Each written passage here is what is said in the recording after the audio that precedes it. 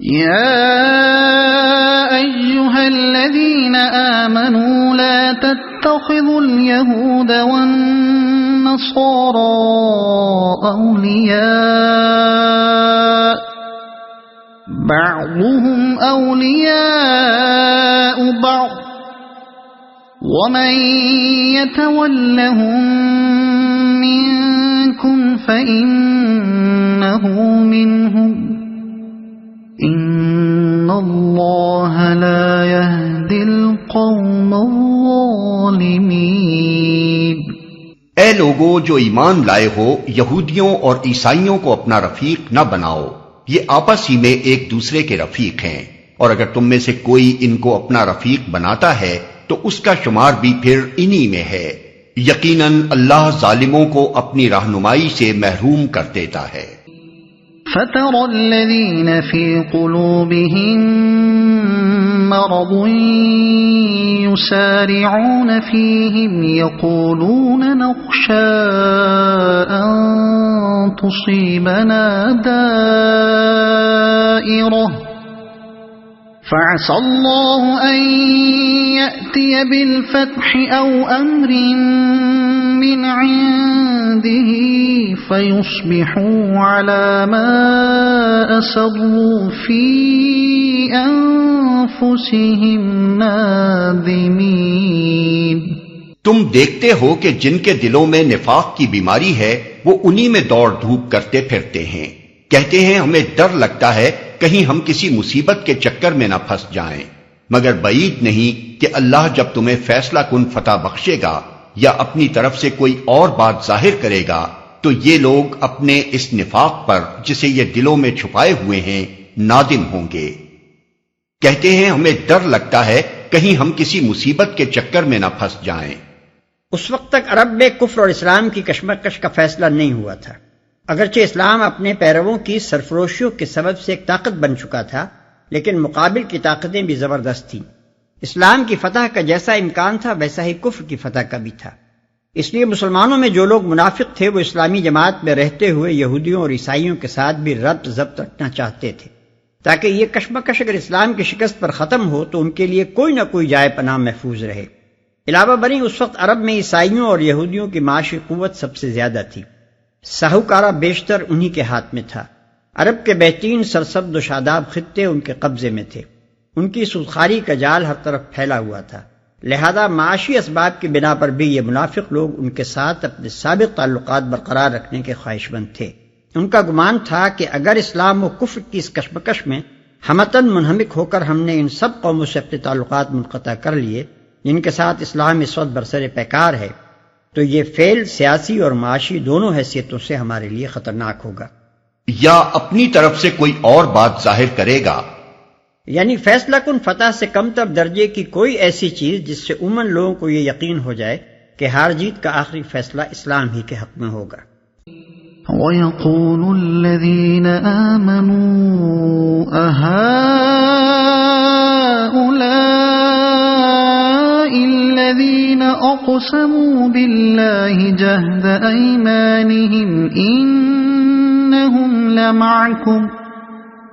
حَبِطَتْ أَعْمَالُهُمْ فَأَصْبَحُوا خَاسِرِينَ۔ اور اس وقت اہل ایمان کہیں گے کیا یہ وہی لوگ ہیں جو اللہ کے نام سے کڑی کڑی قسمیں کھا کر یقین دلاتے تھے کہ ہم تمہارے ساتھ ہیں، ان کے سب اعمال ضائع ہو گئے اور آخر کار یہ ناکام و نامراد ہو کر رہے۔ یعنی جو کچھ انہوں نے اسلام کی پیروی میں کیا، نمازیں پڑھیں، روزے رکھے، زکوٰۃ دی، جہاد میں شریک ہوئے، قوانین اسلام کی اطاعت کی، یہ سب کچھ اس بنا پر ضائع ہو گیا کہ ان کے دلوں میں اسلام کے لیے خلوص نہ تھا، اور وہ سب سے کٹ کر صرف ایک خدا کے ہو کر نہ رہ گئے تھے، بلکہ اپنی دنیا کی خاطر انہوں نے اپنے آپ کو خدا اور اس کے باغیوں کے درمیان آدھا آدھا بانٹ رکھا تھا۔ یا ایھا الذین آمنوا من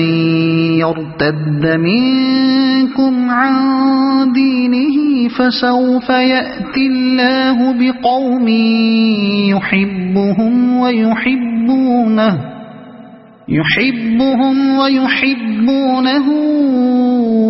أذلة على المؤمنين أعزة على الكافرين يجاهدون في سبيل الله ولا يخافون لومة لائم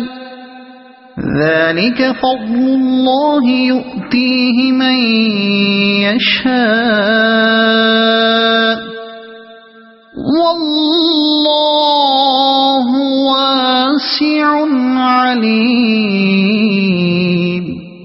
اے لوگو جو ایمان لائے ہو، اگر تم میں سے کوئی اپنے دین سے پھرتا ہے تو پھر جائے، اللہ اور بہت سے لوگ ایسے پیدا کر دے گا جو اللہ کو محبوب ہوں گے اور اللہ ان کو محبوب ہوگا، جو مومنوں پر نرم اور کفار پر سخت ہوں گے، جو اللہ کی راہ میں جدوجہد کریں گے اور کسی ملامت کرنے والے کی ملامت سے نہ ڈریں گے۔ یہ اللہ کا فضل ہے، جسے چاہتا ہے عطا کرتا ہے۔ اللہ وسیع ذرائع کا مالک ہے اور سب کچھ جانتا ہے۔ جو مومنوں پر نرم اور کفار پر سخت ہوں گے۔ مومنوں پر نرم ہونے کا مطلب یہ ہے کہ ایک شخص اہل ایمان کے مقابلے میں اپنی طاقت کبھی استعمال نہ کرے۔ اس کی ذہانت، اس کی ہوشیاری، اس کی قابلیت، اس کا رسوخ و اثر، اس کا مال، اس کا جسمانی زور، کوئی چیز بھی مسلمانوں کو دبانے اور ستانے اور نقصان پہنچانے کے لیے نہ ہو۔ مسلمان اپنے درمیان اس کو ہمیشہ ایک نرم خو، رحم دل، ہمدرد اور حلیم انسان ہی پائیں۔ کفار پر سخت ہونے کا مطلب یہ ہے کہ ایک مومن آدمی اپنے ایمان کی پختگی، دینداری کے خلوص، اصول کی مضبوطی، سیرت کی طاقت اور ایمان کی فراست کی وجہ سے مخالفین اسلام کے مقابلے میں پتھر کی چٹان کے مانند ہو کہ کسی طرح اپنے مقام سے ہٹایا نہ جا سکے۔ وہ اسے کبھی موم کی ناک اور نرم چارہ نہ پائیں۔ انہیں جب بھی اس سے سابقہ پیش آئے، ان پر یہ ثابت ہو جائے کہ یہ اللہ کا بندہ مر سکتا ہے مگر کسی قیمت پر بک نہیں سکتا اور کسی دباؤ سے دب نہیں سکتا۔ کسی ملامت کرنے والے کی ملامت سے نہ ڈریں گے، یعنی اللہ کے دین کی پیروی کرنے میں، اس کے احکام پر عمل درآمد کرنے میں اور اس دین کی روح سے جو کچھ حق ہے اسے حق اور جو کچھ باطل ہے اسے باطل کہنے میں انہیں کوئی بات نہ ہوگا۔ کسی کی مخالفت، کسی کی طعن و تشنیع، کسی کے اعتراض اور کسی کی پھپتیوں اور آوازوں کی وہ پرواہ نہ کریں گے۔ اگر رائے عام اسلام کی مخالف ہو اور اسلام کے طریقے پر چلنے کے معنی اپنے آپ کو دنیا بھر میں نکو بنا لینے کے ہوں، تب بھی وہ اسی راہ پر چلیں گے جسے وہ سچے دل سے حق جانتے ہیں۔ انما وليكم الله ورسوله والذين آمنوا الذين يقيمون الصلاة ويؤتون الزكاة وهم راكعون ومن يتول الله ورسوله والذين آمنوا فإن حزب الله هم الغالبون۔